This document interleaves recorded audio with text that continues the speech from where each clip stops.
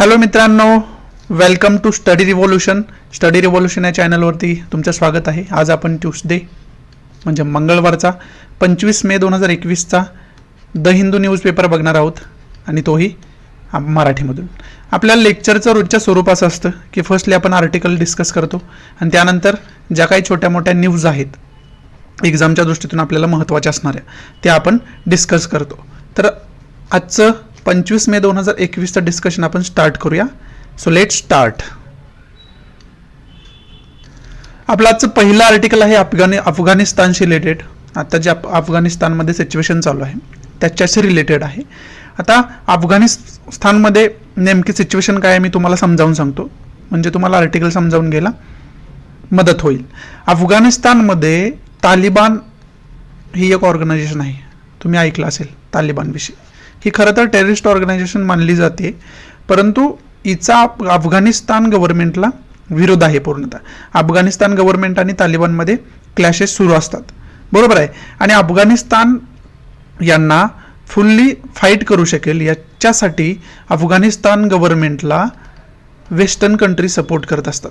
त्याच्यामध्येच मग USA हा एक पार्ट आहे. USA आर्मी मग अफगाणिस्तानमध्ये डिप्लॉय केलेले असतात. गेल्या 2 दशकांपासून हा वाद सुरू आहे आणि USA आर्मी तिथं काम करत आहे जवळजवळ गेल्या 2 दशकांपासून. समजते USA आर्मी काय करते तर तालिबानच्या विरोधात लढण्यासाठी काम करते किंवा तालिबानपासून अफगाणिस्तान गव्हर्नमेंटला प्रोटेक्शन देते. समजते तुम्हाला. अशा US सारख्या वेस्टर्न कंट्रीज आहेत. मग आता जो बायडन गव्हर्नमेंट आल्यानंतर फोर्सफुली हा निर्णय म्हणजे एकदम ताकदीनिशी हा निर्णय घेण्याचा प्रयत्न केला जातोय की तालिबान आणि अफगाणिस्तान गव्हर्नमेंट जे आहे त्यांच्यामध्ये शांतता प्रस्थापित व्हावी आणि दोघं मिळून अफगाणिस्तान गव्हर्नमेंट चालवतील असा प्रस्ताव मांडण्यात आले. मग त्याच्यामध्ये या आर्टिकलमध्ये पाकिस्तानची भूमिका काय आहे हे सांगितलंय. मग पाकिस्तान तालिबानशी सलोखा त्यांचा जरा बऱ्यापैकी मानला जातो, त्यामुळे पाकिस्तान तालिबानशी बोलते अफगाणिस्तान गव्हर्नमेंटकडून किंवा USA कडून. समजते की शांतता प्रस्थापित व्हावी आणि दोघं मिळून तुम्ही गव्हर्नमेंट प्रस्थापित करावं. आणि याचं पूर्ण क्रेडिट सुद्धा पाकिस्तान यामध्ये घेताना दिसतं असं या आर्टिकलमध्ये सांगितलेलं आहे. समजते तुम्हाला. म्हणजे आता यांच्यामध्ये जर शांतता प्रस्थापित झाली अफगाणिस्तान गव्हर्नमेंट आणि तालिबानमध्ये तर ते दोघं मिळून गव्हर्नमेंट चालवतील आणि त्यांच्या दोघातला वाद संपून जाईल. म्हणजेच अफगाणिस्तानमध्ये जी टेररिस्ट ॲक्टिव्हिटी सुरू होत्या किंवा बॉम्ब ब्लास्ट सारखेच होणे किंवा दोघांमध्ये युद्ध होण्यासारखं मोठ्या प्रमाणात समजते तुम्हाला, दोघांमध्ये क्लॅश मोठ्या प्रमाणात होते, हे सर्व संपुष्टात येईल कारण दोघं मिळून गव्हर्नमेंट चालवतील. समजते. आणि हे जर संपुष्टात आलं तर USA ची जी आर्मी आहे अफगाणिस्तानमध्ये ती तिथं ठेवण्याची काही गरज नाही, म्हणजे ती आर्मी USA ला परत जाईल. समजते. आणि ती आर्मी USA ला परत घेण्यासाठीच जो बायडन यांचे प्रयत्न सुरू आहेत. जर इथं शांतता प्रस्थापित झाली तर USA आर्मीला परत आपल्या मायदेशी जाता येईल. समजते तुम्हाला. हेच या आर्टिकलमध्ये सांगितले एकंदरीत. मग त्याच्या दृष्टीतून आपल्याला काय करायचं आहे तर अफगाणिस्तान इंडियाचा त्याच्यामध्ये काय इंटरेस्ट आहे किंवा काय स्टेक आहे त्याच्यावरती, बरोबर आहे. त्यालाच मग जोडून आता तुम्ही बघितलं पाकिस्तान आहे, बरोबर. त्यालाच जोडून मग चायना आहे. चायनाचा सुद्धा उल्लेख या आर्टिकलमध्ये आलेला आपल्याला पाहाव्यास मिळतो. समजते. आणि त्यालाच जोडून मग वेस्टर्न कंट्रीज आहेत, for example US United state of America. समजते. या सर्वांगानं आपल्याला याची सिच्युएशन माहिती असणं गरजेचं आहे. समजते. याच्या सखोलमध्ये जाऊन बघायचं झालं तर अफगाणिस्तान आणि तालिबान एखादी डॉक्युमेंटरी तुम्ही इंटरनेटवरती किंवा यूट्यूबवरती बघू शकताय. समजते जर तुम्हाला हे पूर्ण सिच्युएशन समजून घ्यायची असेल तर. परंतु आर्टिकलमध्ये हे सांगितलंय की इथं शांतता प्रस्थापित होऊन बायडन गव्हर्नमेंट जे आहे USAचं ते आपली आर्मी वापस घेऊ इच्छित आहे, त्याच्यासाठी त्यांचा प्रयत्न चालू आहेत. हेच या आर्टिकलमध्ये समजावून सांगण्याचा प्रयत्न केला. त्याचबरोबर पाकिस्तान कशा पद्धतीनं प्रयत्न करते शांतता प्रस्थापित करण्याचा आणि त्याचं क्रेडिट घेते याच्यावर सुद्धा फोकस त्यांनी टाकलेला पाहाव्यास मिळतो. समजते. आणि चायनाचा सुद्धा बऱ्यापैकी याच्यामध्ये उल्लेख आलेला पाहाव्यास मिळतो. एवढंच आर्टिकलमध्ये आहे. पुढचं आर्टिकल आपण बघू महत्त्वाचं कोणतं आहे. त्याच्या अगोदर आपण पुढे जाऊन अफगाणिस्तानचा एक तुम्हाला मॅप दाखवतो, म्हणजे तुमच्या माइंडमध्ये एक इमेज क्लिअर होईल अफगाणिस्तानच्या सिच्युएशनविषयी, अफगाणिस्तानच्या लोकेशनविषयी. समजते. तर त्याचा मॅप बघू आपण. या मॅपमध्ये इथं आहे अफगाणिस्तान, दिस इज अवर लवली इंडिया हा आहे. आणि इथून इथं अफगाणिस्तान असलेलं पाहाव्यास मिळतं. मग त्याच्यामध्ये पाकिस्तान, नेबरिंग कंट्री त्याच्या कोणकोणत्या आहे तर पाकिस्तान आहे.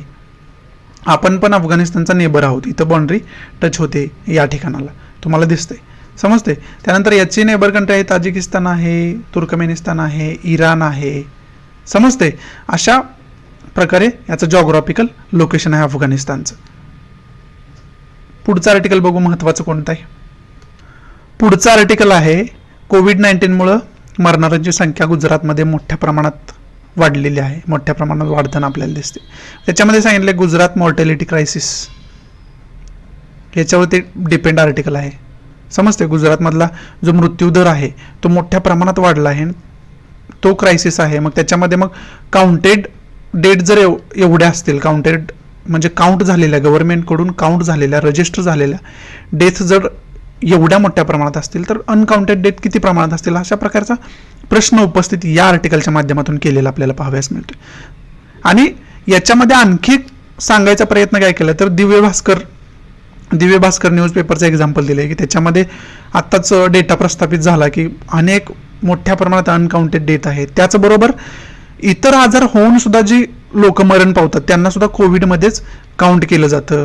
बऱ्याच लोकांना ट्रीटमेंट व्यवस्थित मिळत नाही, त्यामुळे त्यांचा मृत्यू होतो, परंतु ते कोविडमुळेच मृत्यू झाला हे त्याच्यामध्ये काउंट केलं जातं. अशा प्रकारचं मिसकन्सेप्शन मोठ्या प्रमाणात त्याच्यामध्ये आहे, मिस रिक्वायरमेंट मोठ्या प्रमाणात त्याच्यामध्ये आहेत, समजते.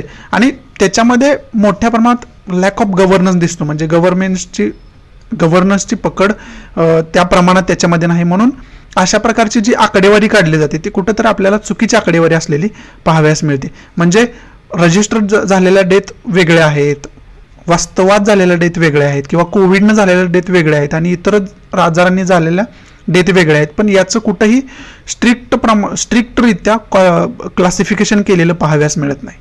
आणि त्याच्यामुळं लोकांच्या मनात भीती कुठंतरी निर्माण होते की एवढ्या मोठ्या प्रमाणात डेथ होत आहेत कोविड-19मुळं. मग त्या खरंच कोविड-19मुळं होत आहेत का, त्याच्यामध्ये इतर आजारांनी झालेल्या सुद्धा डेथ इन्क्लूड आहेत, त्या कोविड-19च्या नावाखालीच रजिस्टर केले गेले आहेत. अशा प्रकारचा संभ्रम लोकांमध्ये निर्माण होतो गव्हर्नन्सच्या चुकीच्या कारभारामुळे. हेच आर्टिकलमध्ये सांगण्याचा प्रयत्न केलेला आपल्याला पाहाव्यास मिळतो, समजतंय. पुढचं आर्टिकल बघू आपण कोणतं महत्त्वाचं आहे ते. पुढचं आर्टिकल खऱ्या अर्थानं हे पॉलिटिकल आर्टिकल आहे, परंतु याच्यामध्ये ट्विटरचा उल्लेख आला आहे, ट्विटरचा, सोशल मीडियाचा. आणि सोशल मीडिया मग वेगवेगळ्या प्रकारचे सोशल मीडियावरती रुमर्स पसरत आहेत. आताच सेंट्रल गव्हर्नमेंट मॅनिप्युलेटेड मीडिया हा जो टॅग आहे तो ट्विटरला हटवण्यास सांगितला, बरोबर आहे. आणि ते कुठंतरी या आर्टिकलमध्ये म्हटलं की ते इलिगल आहे, असं तुम्ही करू शकत नाही. म्हणजेच थोडक्यात आता ट्विटरला आपण सोशल मीडिया म्हणून वापरतोय, म्हणजेच आपलं एक्सप्रेशन तिथं मांडतोय, म्हणजे आपलं मत तिथं आपण मांडतोय. आणि ते जर मत तुम्ही फोर्सफुली काढून टाकत असाल तर इनडिरेक्टली तुम्ही जनतेचा आवाज दाबत आहात, म्हणजे फ्रीडम ऑफ एक्सप्रेशनवर कुठंतरी गदा येते, असं सुद्धा या आर्टिकलमध्ये इनडिरेक्टली सांगण्याचा प्रयत्न केला आहे. जरी डायरेक्टली तर असा उल्लेख आला नसेल तर आर्टिकलला सांगण्याचा रोग जो आर्टिकलचा आहे तो आहे फ्रीडम ऑफ एक्सप्रेशनकडे, समजते. त्यामुळं तुम्ही या आर्टिकलवरून फ्रीडम ऑफ एक्सप्रेशन कशामध्ये येतं, त्याचबरोबर लाईफ अँड लिबर्टी आर्टिकल 21 बघायला पाहिजे खऱ्या अर्थानं. त्याचबरोबर फंडामेंटल राईट्स जेवढे आहेत मग ते 12 ते 35 आर्टिकल तुम्ही करून ठेवायला पाहिजे, बरोबर आहे. हे याच्यामधून आपण या आर्टिकलमधून हे घ्यायला पाहिजे माझ्या मते. आणि त्याचबरोबर इथं डेमोक्रेसीचा उल्लेख आला आहे, डेमोक्रेसीच्या विरोधात अशा प्रकारच्या कृती करताय तुम्ही, हे डेमोक्रेसीचं लक्षण नाही, लोकशाहीचं लक्षण नाही. मग डेमोक्रेसीसुद्धा मी गेल्या वेळेस पण तुम्हाला सांगितलं, डेमोक्रेसीसुद्धा तुम्ही बघून ठेवा. म्हणजे ह्या बेसिक कन्सेप्ट आहे, त्या बेसिक कन्सेप्ट जर तुम्हाला माहिती असतील तर पुढं पॉलिटी तुम्हाला समजायला खूप सोपं जाईल. एवढंच या आर्टिकलमध्ये आहे. म्हणजे ट्विटरचा याच्यामध्ये उल्लेख आला याच्यासाठी की ट्विटर हे आपण एक्सप्रेशनचं माध्यम वापरतो आणि त्याच्यावर जर तुम्ही लिमिटेशन असं पॉलिटिकल रिव्हेंजसाठी किंवा पॉलिटिकल पर्पजसाठी तुम्ही त्याच्यावर लिमिटेशन टाकत असाल तर मग त्याचा उपयोग म्हणजे त्या सोशल मीडियाचा खऱ्या अर्थानं उपयोग होताना दिसत नाही, असं याच्यामधलं मत आहे, समजते. पुढचं आर्टिकल बघू कोणतं आहे ते. पुढचं आर्टिकल जे आहे ते पुडुचेरी गव्हर्नमेंटशी रिलेटेड आहे. तिथं जे चीफ मिनिस्टर आहेत रंगासामी हे आजारी असल्यामुळे कुठंतरी तिथं गव्हर्नमेंटचा कारभार त्या प्रमाणात पॉझिटिव्ह दिसला नाही, त्या प्रमाणात इफेक्टिव्ह दिसला नाही कोविड-19च्या काळामध्ये, बरोबर आहे. त्यामुळे या आर्टिकलच्या माध्यमातून हे सांगितलं आहे की त्या गव्हर्नमेंटची पुनर्रचना व्हायला पाहिजे आणि कोविड-19ला फाईट करण्यासाठी त्यांनी पुन्हा सक्षम व्हायला पाहिजे, एवढंच आर्टिकलमध्ये सांगण्याचा प्रयत्न केला गेला आहे. समजते. आणि तिथं मग आता पुडुचेरी हे काय आहे, स्पेशल स्टेटस आहे, समजते. मग स्पेशल स्टेटस असणारे राज्य कोणकोणते आहेत ते तुम्ही करून ठेवायला पाहिजे, बरोबर आहे. संघराज्य पद्धतीमध्ये स्पेशल स्टेटस काय आहे, मग त्याचे सेक्शन कोणतं आहे का, किंवा कोणत्या पार्टमध्ये हे येतं, याचे प्रोव्हिजन कुठे केले, अनुसूची कितवी आहे, समजते. हे सर्व तुम्ही करून ठेवायला पाहिजे स्पेशल स्टेटस असणाऱ्या स्टेटबद्दल. पुढं आणि तिथं कुणाचं लेफ्टनंट गव्हर्नरचे जास्त अधिकार चालतात. मग दिल्लीला सुद्धा स्पेशल स्टेटसच आहे ना, मग तिथं लेफ्टनंट गव्हर्नर आणि इलेक्टेड जे मेंबर असतात त्यांच्यामध्ये वारंवार क्लॅश होताना आपल्याला दिसतो. मग त्याचं कुठंतरी कारण मूळ काय आहे हे तुम्ही शोधून काढायला पाहिजे. हे आर्टिकलमधून आपण घेऊ शकतो. पुढं बघू आपण काय महत्त्वाचं आहे. पुढची न्यूज जी आहे ती वॅक्सिनशी रिलेटेड आहे. या पहिल्या लाईनमध्येच याचा गाभा तुम्हाला कळून जाईल. With only 2 million vaccines shots available for the entire month of May for the 600 million peoples aged 18 to 44 year in India. म्हणजे 18 ते 44 वयोगटातील व्यक्ती ह्या 600 मिलियन आहेत आणि त्यांच्यासाठी मे महिन्यासाठी फक्त काय 20 million डोसेस फक्त अवेलेबल आहेत असं इथं सांगितलेलं आहे. म्हणजे इथे एकंदरीत सांगितलं आहे की डोसेस पुरवण्यासाठी, जे वॅक्सिन पुरवण्यासाठी एक आपली पद्धत असायला पाहिजे, एक सिस्टम असायला पाहिजे जी की आत्तापेक्षा जास्त सक्षम असायला पाहिजे. आत्ता जी सिस्टम आहे, प्रेझेंटमध्ये जी सिस्टम आहे ती मोठ्या प्रमाणात यशस्वी होताना दिसत नाही. त्यांच्या योजना ज्या आहेत त्या पुन्हा पुन्हा कोलॅप्स होताना आपल्याला दिसत आहेत. मोठ्या प्रमाणात लोकांना वॅक्सिन मिळत नाही हे आपल्याला वारंवार रोज आपण पाहतो आहे. मग ते कुठंतरी कमी करण्यासाठी याच्यामध्ये पुनर्रचना कुठंतरी करणं गरजेचं आहे असं इथं सांगितलं आहे. मग त्याच्यामध्ये कोणकोणत्या प्रकारची पुनर्रचना करता येईल वगैरे वगैरे या गोष्टी सांगितल्या आहेत, पण त्या आपल्या उपयोगाच्या नाही आहेत. त्यामुळं आपल्याला हे महत्त्वाचं होतं की आत्ताची जी सिस्टम आहे, जर आकडेवारी जर तुम्हाला सांगितली एखाद्या महिन्याची, किंवा तुम्ही एक्झाम्पल म्हणून या महिन्याचे एक्झाम्पल जर ह्याच्याशी रिलेटेड क्वेश्चन आला किंवा एसे आला पॅन्डेमिक विषयी किंवा पॅन्डेमिकशी रिलेटेड, तर तुम्ही एक्झाम्पल म्हणून अशा प्रकारची आकडेवारी देऊ शकताय. समजते तुम्हाला. पुढची न्यूज बघू आपण कोणती महत्त्वाची आहे. पुढचा आर्टिकल जे आहे ते पोक्सो कायद्याशी रिलेटेड आलेला आहे. समजते. याच्यामध्ये प्रमुख या आर्टिकलचा गाभा असा आहे की जे बालकांवर सेक्शुअल ऑफेन्स होतात, लहान मुलींवर मुलांवर जे सेक्शुअल ऑफेन्स होतात ते विशेष करून फॅमिलीमधल्याच मेंबरकडून जास्त प्रमाणात होतात असं इथं सांगितलं. त्याचबरोबर यांनी महत्त्वाची गोष्ट ही सांगितली, जर समजा 5 वर्षाच्या मुलावर हे सेक्शुअल अब्यूज झाला होता, समजा 5 ते 10 वर्षाचा मुलगा आहे किंवा मुलगी आहे, त्याच्यावरती अशा प्रकारचे अत्याचार झाले होते सेक्शुअल अब्यूज सारखे, परंतु त्यावेळेस त्या मुलाला त्या विरोधात कोणती ॲक्शन करायची ऑब्वियसही कळणार नाही. आणि त्यानंतर काही वर्षानंतर समजा 30 वर्षाचा तो मुलगा मुलगी झाल्यानंतर त्याच्या लक्षात आलं की हे खरं तर गुन्हा आहे आणि हा लहानपणी माझ्या विरोधात घडला आहे, त्यावेळेस तो जर कंप्लेन करायला गेला तर त्या प्रकारची कंप्लेन घेतली जात नव्हती किंवा मोठ्या प्रमाणात कालावधी गेलाय म्हणून त्याला पोलिसांकडून डिपार्टमेंटकडून इग्नोर केलं जात होतं आणि त्याच्या विरोधात म्हणजे अशा प्रकारचं त्यांना सिक्युरिटी देण्यासाठी एवढ्या वर्षानंतर सुद्धा कायद्याची अशा प्रकारची कोणतीही तरतूद नव्हती. बरोबर आहे. आणि या आर्टिकलमध्ये हेच सांगितलं आहे की अशा प्रकारच्या तरतुदी तुम्ही करायला पाहिजे. त्यामुळं वारंवार जे हे कायदे आहेत ते गरजेनुसार अमेंडमेंट याच्यामध्ये करायला पाहिजे, याच्यामध्ये बदल करायला पाहिजे. मग त्याच्या रिलेटेडच इथे केस सांगितले. नीड फॉर रिव्ह्यू या हेडिंगच्या अंतर्गत 2018 मध्ये ऑनलाईन पिटिशन दाखल केली होती चाइल्ड सेक्शुअल अब्यूज सर्व्हायव्हरकडून. ती सर्व्हायव्हर कोण होती तर पौर्णिमा गोविंदराजलू यांच्या विरोधात, म्हणजे यांच्यावरती त्या ज्यावेळेस लहान होते त्यावेळेस त्यांच्यावरती अशा प्रकारचा अत्याचार झाला होता, परंतु त्यानंतर जवळजवळ 40 वर्षांनी त्यांनी त्या विरोधात ॲक्शन घ्यायचा प्रयत्न केला, परंतु त्यांची कंप्लेंट लिहून घेतली गेली नाही किंवा त्यांची कंप्लेंटच घेतली गेली नाही पोलिसांकडून, कारण मध्ये 40 वर्षांचा कालावधी गेला आहे या नावाखाली. बरोबर आहे. मग त्यांनी सोशल मीडियावरती कॅम्पेन सुरू केलं आणि त्या कॅम्पेनमुळं काही मिनिस्टरनी दखल घेतली त्याची आणि त्यांची कंप्लेंट रजिस्टर केली गेली. त्यामुळेच त्यांनी 2018 ऑनलाईन पिटिशन दाखल केलं होतं याच्या विरोधात की या पोक्सोमध्ये अशा प्रकारचे अमेंडमेंट केलं जावं. समजते, एवढंच या आर्टिकलमध्ये सांगण्यात आलं आहे. मग याच्यामध्ये CRPCचा उल्लेख आलेला आहे, याच्यामध्ये इंडियन पिनल कोडचा उल्लेख आलेला आहे.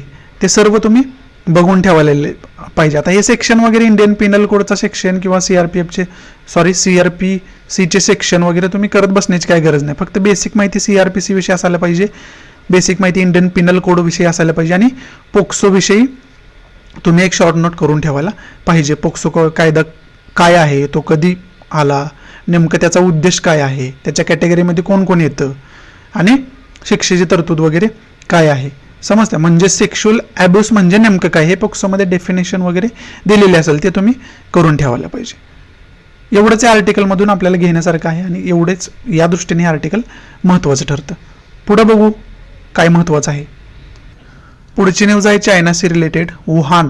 वुहानमध्ये जी त्यांची लॅब आहे जे आहे institute of virology, Wuhan institute of virology जे आहे, तिथं असं वॉल स्ट्रीट जर्नल जे आहे त्यांनी हा रिपोर्ट जाहीर केला आहे की COVID-19चा पहिला पेशंट सापडायच्या अगोदर वुहान इन्स्टिट्यूट ऑफ व्हायरॉलॉजीमधले काय सायंटिस्टना दवाखान्यामध्ये ॲडमिट केलं गेलं होतं आणि त्यांच्यामध्ये सुद्धा सेम सिम्पटम्स सापडले होते. म्हणजे कुठं ना कुठं हा डाऊट निर्माण होतोय, असे डाऊटेड सिच्युएशन निर्माण होते की अशा प्रकारचा व्हायरस वुहान इन्स्टिट्यूट ऑफ व्हायरॉलॉजीमध्ये तर तयार केला गेला नाही किंवा अशा प्रकारच्या हालचाली या इन्स्टिट्यूटमध्ये तर झाल्या नाहीत किंवा या COVID-19चा जो उगम आहे तो कुठं ना कुठं वुहान इन्स्टिट्यूट ऑफ व्हायरॉलॉजी तर नाही ना, अशा प्रकारचा संशय उत्पन्न करणारा रिपोर्ट वॉल स्ट्रीट जर्नलनं आता दिला आहे आणि त्याची दखल खऱ्या अर्थानं WHO वर्ल्ड हेल्थ ऑर्गनायझेशननं घेतलेले आपल्याला पाहाव्यास मिळते. हेच या न्यूजमध्ये सांगितले आणि सखोल त्याचं इन्व्हेस्टिगेशन व्हायला पाहिजे असं WHO मध्ये सुद्धा कुठंतरी त्याच्यावरती सहमती झालेली आपल्याला पाहायला मिळेल. समजतंय तुम्हाला? त्या दृष्टीतून ही न्यूज आपल्याला महत्त्वाची होती. पुढचं बघू काय महत्त्वाचं आहे. इथं 2 न्यूज आहेत. एक आहे म्यानमारशी रिलेटेड, त्यामध्ये सुकी ज्या आहेत, आंग सान सुकी या सुप्रीम कोर्टामध्ये प्रेझेंट्स त्यांचा पहिल्यांदा पाहाव्यास मिळाला. आणि ही केस नेमकी काय आहे याच्या अगोदर पण मी कालच्याच न्यूजपेपरला न्यूज आली होती द हिंदूला की यांच्या वेळेस जे इलेक्शन झालं होतं ते कुठंतरी इल्लिगल आहे, त्यामुळं सुप्रीम कोर्टाने त्याची दखल घेतली आहे आणि त्यांच्यावर आता तशा पद्धतीनं ट्रायल सुरू आहे. याच्याशी रिलेटेड ही न्यूज आहे. समजते, त्याच्यामध्ये मग तुम्हाला सांगितलं होतं मी इलेक्शन कमिशन वगैरे बघून ठेवा. समजतंय तुम्हाला? या दृष्टीतून ही न्यूज महत्त्वाची आहे. त्याचबरोबर पुढची न्यूज आहे Afghan security forces Taliban clash near. आत्ता मी तुम्हाला याच्यावरचं आर्टिकल आपलं पहिलं होतं. आता थोड्या बहुत प्रमाणात शांतीवार्ता त्यांच्यामध्ये करायचं चाललंय. त्याचबरोबर अफगाण जे सिक्युरिटी आहेत अफगाणिस्तान गव्हर्नमेंटचे आणि तालिबान यांच्यामध्ये छोट्या प्रमाणात क्लॅश बघायला मिळाला आणि खरं तर ही अनपेक्षित गोष्ट आहे. अशा प्रकारचा क्लॅश होतोय म्हणजे त्यांच्यामध्ये अशा प्रकारच्या न्यूजमुळे त्यांच्यामध्ये शांतता प्रस्थापित होईल का नाही असा संभ्रम निर्माण होणारी न्यूज आहे. समजते, याच्याविषयी मी आर्टिकलमध्ये आत्ताच तुम्हाला बोललो आहे. पुढं बघू कोणती न्यूज महत्त्वाची आहे. याच्यामध्ये पहिली न्यूज आहे इराणशी related. The UN nuclear watchdog and Iran have agreed to extend an understanding to monitor Tehran's activities by 1 month, the agency said on Monday. म्हणजे UNचा जो न्यूक्लिअर वॉचडॉग आहे त्याच्यासाठी इराणनं त्या इन्स्पेक्शनसाठी ॲग्रीमेंटमध्ये इन्व्हॉल्वमेंट दाखवली आहे. म्हणजे न्यूक्लिअर क्रिएटिव्हिटीवरती ते वॉच करू शकतात, त्याच्यावरती ते लक्ष ठेवू शकतात. त्यासाठी त्यांनी सहमती दर्शवली आहे इराणने. तेहरानमध्ये ज्या त्यांच्या न्यूक्लिअर ॲक्टिव्हिटी चालतात वेगवेगळ्या प्रकारच्या त्याच्यावरची लक्ष ठेवण्यासाठी UNला त्यांनी अलाव केलं आहे, म्हणजेच त्यांच्याची सहमती दर्शवली आहे. याच्याशी रिलेटेड ही न्यूज होती. त्याचबरोबर virus killed 1,15,000 health workers. World health ऑर्गनायझेशननं सांगितलं आहे की 1,15,000 जे हेल्थ वर्कर आहेत, आरोग्य सेवा देणारे, त्यांचा मृत्यू COVID-19मुळे झालेला आहे असा रिपोर्ट वर्ल्ड हेल्थ ऑर्गनायझेशननं दिलेला आहे. त्याचबरोबर नेपाळनं USA ला सांगितलं आहे, मागणी केलेली आहे की आम्हाला जास्तीत जास्त वॅक्सिन पुरवण्यात यावेत प्रायोरिटी बेसिसवरती, हे त्यांनी सांगितलं आहे. पुढची न्यूज आहे Blinken off West Asia to push peace talk after Gaza cease fire. आता तुम्हाला गाझा स्ट्रीपमध्ये म्हणजे इस्रायल पॅलेस्टाईन वाद तुम्हाला म्हणजे 11 दिवसाचं त्यांच्यामध्ये युद्ध झालं, परत शांतता प्रस्थापित झाली आणि त्याच्यासाठी आणखी जास्त गोष्टी करणार आहेत अँटनी ब्लिंकन, जे USचे फॉरेन मिनिस्टर आहेत. Antony Blinken secretary of state आहेत ते USचे, आणि त्यांनी भाष्य केले याच्यावरती की Blinken off to West Asia to push peace talk after Gaza seize fire. Gaza, त्यांचं मत असं आहे गाझा सीज फायर नंतर सुद्धा त्यांच्यामध्ये शांतता जास्त प्रमाणात होणं गरजेचं आहे. म्हणजे कुठं ना कुठं अगोदर पण मी तुम्हाला सांगितले की जरी आत्ता शांतता प्रस्थापित त्यांच्यामध्ये इजिप्तच्या मदतीनं झाली असेल तरी ती जास्त काळासाठी टिकेल असं वाटत नाही, कारण त्यांचा वाद जर भूतकाळ त्यांचा बघितला तर हे तुमच्या लक्षातच येईल. ही विल, आणि इथं सांगितलं he will meet the leader of Israel and Palestine authority. हे जे आहेत अँटोनी ब्लिंकेन हे इस्रायली लीडर महत्त्वाचे जे कोण आहेत त्यांना आणि पॅलेस्टाईन अथॉरिटीला भेटणार आहेत त्यांच्यामध्ये परमनंट शांतता प्रस्थापित करण्याच्या उद्देशानं. याच्या दृष्टीतून ही न्यूज महत्त्वाची होती. आणि अफगाण आणि पॅलेस्टाईन हा इश्यू नेमका काय आहे याचं मी वेगळं व्हिडिओ लेक्चर बनवणार आहे, ते पुढच्या 2 दिवसात तुम्हाला बघायला मिळेल. पुढचं बघू काय महत्त्वाचं आहे ते. पुढची पहिली न्यूज आहे GST काउन्सिलशी रिलेटेड. GST काउन्सिलनं असं म्हटलं गेलं आहे, तज्ज्ञांचं मत असं आहे, सल्लागारांचं मत असं आहे की GST काउन्सिलनं जो प्रायोरिटाईज एक्सपेन्सेस करायला पाहिजे. प्रायोरिटी कशाला द्यायला पाहिजे तर कोविड रिलीफला द्यायला पाहिजे. म्हणजे जर कोविड इक्विपमेंट वेगवेगळे असतात, मग ऑक्सिजन सिलेंडर आहे, ऑक्सिजन कॉन्सन्ट्रेटर आहे किंवा वेगवेगळे मेडिसिन्स आहेत कोविडच्या विरोधात कोविडला क्युअर करण्यासाठी काम करणारे, तर याच्यावरचा जो GST आहे त्यांनी तो ड्रॉप करायला पाहिजे. म्हणजे कुठं ना कुठं त्यामध्ये सूट द्यायला पाहिजे असं यांचं मत आहे. म्हणजे त्यांनी प्रायोरिटी याला द्यायला पाहिजे की कोविड कसा संपून जाईल भारतामधून. समजते, याच्या दृष्टीतून ही न्यूज महत्त्वाची होती. मग याच्यातून तुम्ही GST काउन्सिलविषयी माहिती काढून ठेवायला पाहिजे, याच्यावरती वेगळी नोट्स बनवून ठेवायला पाहिजे, तुम्ही शॉर्ट नोट एक बनवून ठेवायला पाहिजे. एवढे महत्त्वाचे, या दृष्टीतून ही न्यूज महत्त्वाची आहे. पुढची न्यूज आहे यस सायक्लोनविषयी. त्याच्याविषयी मी तुम्हाला कालच सांगितलं आहे, त्याच्या अगोदरच्या न्यूजपेपरमधून सांगितले, मॅपच्या दृष्टीतून सांगितलं त्याचा उगम आणि तो कसा बांगलादेशच्या किनारपट्टीला आणि ओडिसा उत्तर ओडिसाच्या किनारपट्टीला हिट करणार आहे, हे तुम्हाला मॅपच्या दृष्टीतून मी सांगितलं होतं. त्या दृष्टीतून ती न्यूज महत्त्वाची आहे, त्यामुळे ती तुम्ही जर बघितलं नसेल तर कृपा करून बघून घ्या. न्यूज बघू. यातली पहिली न्यूज जी आहे ती लक्षद्वीपशी रिलेटेड आहे. त्याच्यामध्ये काय इंटरनल पॉलिटिक्स वगैरे आपल्याला काय महत्त्वाचं नाही, पण उक्ताई सायक्लोन जो आहे त्याच्यामुळं कशा पद्धतीनं तिथं डिस्ट्रॅक्शन बघायला मिळालं, कशा पद्धतीनं तिथं नुकसान झालेलं आपल्याला पाहायला मिळालं. बरोबर आहे, या दृष्टीने तुम्ही लक्षद्वीपचं लोकेशन वगैरे बघून ठेवायला पाहिजे, त्याचं भौगोलिक लोकेशन वगैरे काय आहे हे बघून ठेवायला पाहिजे. त्याचबरोबर सायक्लोन उक्ताई तुम्ही बघितलाच असेल, जर बघितलं नसेल तर त्याची इंटरनेटवरून माहिती काढायला पाहिजे. आणि जॉग्राफीमध्ये सायक्लोन फॉर्मेशन जो टॉपिक आहे तो तुम्ही करून ठेवायला पाहिजे. त्याचबरोबर दुसरी न्यूज सुशील कुमारशी रिलेटेड आहे. त्याला म्हणजे सरेंडर म्हणजे पकडण्यात आलं त्याला. तो रेसलर आहे आणि ऑलिम्पिक मेडलिस्ट आहे, ब्राउन्झ आणि सिल्वर आहे मे बी त्यांना. त्यामुळे ही न्यूज सुशील कुमारमुळे महत्त्वाची ठरते. याच्यामध्ये आत्ताच त्यांची गिरफ्तारी झालेली आपल्याला पाहाव्यास मिळाली. पुढं बघू काय महत्त्वाचं आहे. पुढची न्यूज आहे CBIशी रिलेटेड आहे.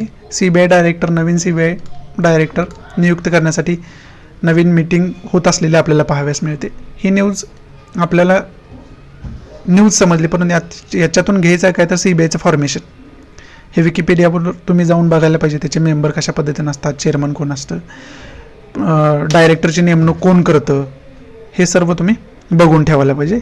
यासाठी ही न्यूज महत्त्वाची आपल्याला ठरते. पुढची न्यूज बघू कोणती महत्त्वाची. पुढची न्यूज आहे व्हॉट्सअपशी रिलेटेड. व्हॉट्सअपला 7 दिवसात उत्तर द्यायला सांगितलं होतं इंडियन गव्हर्नमेंटनं, जे नवीन अपडेट आणताय तो कुठंतरी प्रायव्हसीला लोकांच्या खतरा आहे असं वाटत होतं, पण व्हॉट्सअपनं त्याच्यावरती रिप्लाय दिला आहे.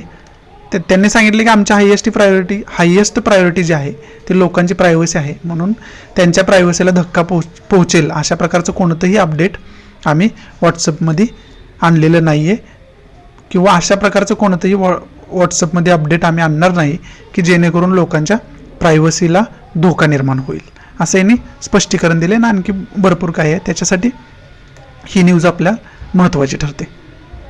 पुढची न्यूज बघू कोणती महत्त्वाची.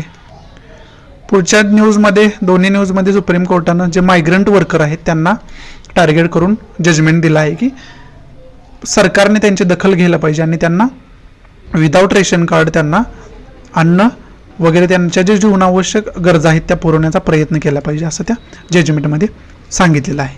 म्हणून ही न्यूज महत्त्वाची ठरते. समजतं एवढंच या न्यूजमध्ये. पुढची न्यूज कोणती बघू. पुढची आता न्यूज नाही आहे, इथं आपला द हिंदू संपतोय. आशा आहे की मी तुम्हाला जास्तीत जास्त चांगल्या प्रकारे द हिंदू समजावून सांगण्याचा प्रयत्न केला असेल, समजावून सांगितलं असेल. जर हे आवडत असेल तर लाईक करा, नसेल तर डिसलाईक करा. आणि डिसलाईक का केलं आहे हे कमेंट बॉक्समध्ये नक्की सांगा, जेणेकरून मी त्याच्यामध्ये इम्प्रूव्हमेंट करू शकेल. आणि प्लीज सर्व आपल्या मराठी विद्यार्थ्यांना हे लेक्चर शेअर करा, जेणेकरून सर्व आपल्या मराठी विद्यार्थ्यांना याचा फायदा होईल. आणि तेच खरं तर माझ्यासाठी मोटिवेशन असेल. त्यामुळं आशा आहे की तुम्हाला चांगल्या पद्धतीने मी सांगत असेल. जर काय तुम्हाला इम्प्रूव्हमेंट पाहिजे असेल याच्यामध्ये, जर काही प्रॉब्लेम असेल तर ते मला कमेंट बॉक्समध्ये कमेंट करून कळवा. मी त्याची पूर्तता करण्याचा पुरेपूर प्रयत्न करेल. So thanks for watching. Good bye. Take care. जय हिंद.